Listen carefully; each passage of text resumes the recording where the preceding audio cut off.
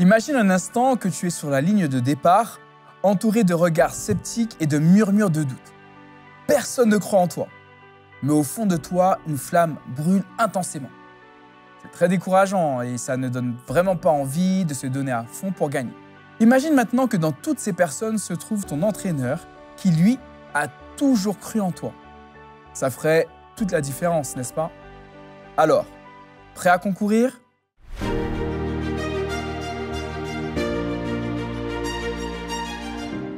La pensée du jour se trouve dans Luc, chapitre 7, verset 47. C'est pourquoi je te le dis, ses nombreux péchés lui ont été pardonnés. C'est pour cela qu'elle m'a témoigné tant d'amour. Mais celui qui a eu peu de choses à se faire pardonner ne manifeste que peu d'amour. Une femme qui masse les pieds de Jésus et les essuie avec ses cheveux? Je t'explique. Salut, c'est Stéphane et j'espère que tu vas bien grâce à Dieu. Marie avait été considérée comme une grande pécheresse, mais Christ connaissait les circonstances qui avaient façonné sa vie. Les leaders spirituels de l'Église de l'époque auraient pu éteindre toute étincelle d'espoir dans son âme, mais pas Jésus. Il l'avait plutôt tirée du désespoir et de la ruine. 7 fois, elle avait entendu ces réprimandes aux démons qui contrôlaient son cœur et son esprit. Elle avait entendu les puissantes prières de Jésus en sa faveur et savait combien le péché était contre nature pour sa pureté immaculée. Mais par la grâce de Dieu, elle avait triomphé avec son Seigneur. Alors qu'aux yeux des hommes, son cas semblait désespéré, Christ voyait en Marie des capacités pour le bien. Il voyait les meilleurs traits de son caractère. Dans son plan pour sauver l'humanité, Dieu avait prévu de grandes possibilités de délivrance et en Marie, ces possibilités allaient se réaliser.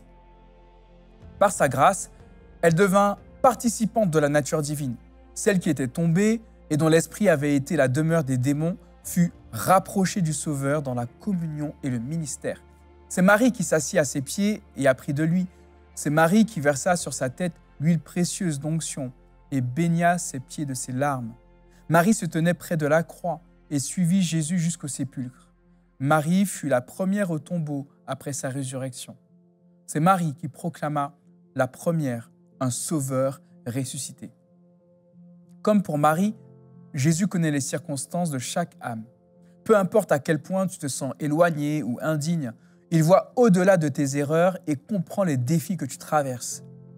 Tu peux te dire « je suis pécheur, très pécheur », mais sache que plus tu te sens perdu, plus tu as besoin de la présence bienveillante de Jésus dans ta vie. Il n'écarte jamais ceux qui viennent à lui avec un cœur sincère et repentant. Au contraire, il accueille chaque âme tremblante et lui offre le courage de se relever.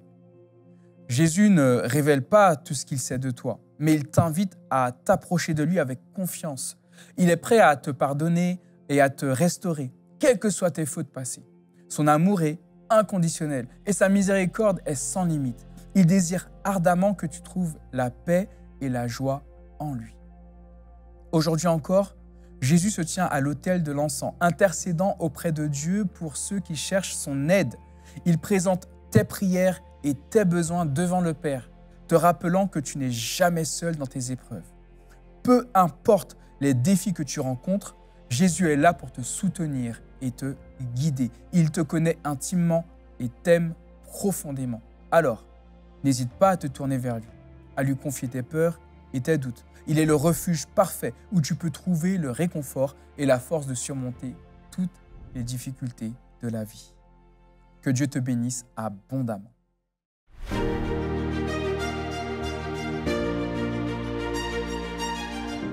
Je te propose aujourd'hui de demander au Seigneur de te montrer une personne que tu pourrais encourager et de te donner les mots pour lui apporter l'encouragement dont elle a besoin.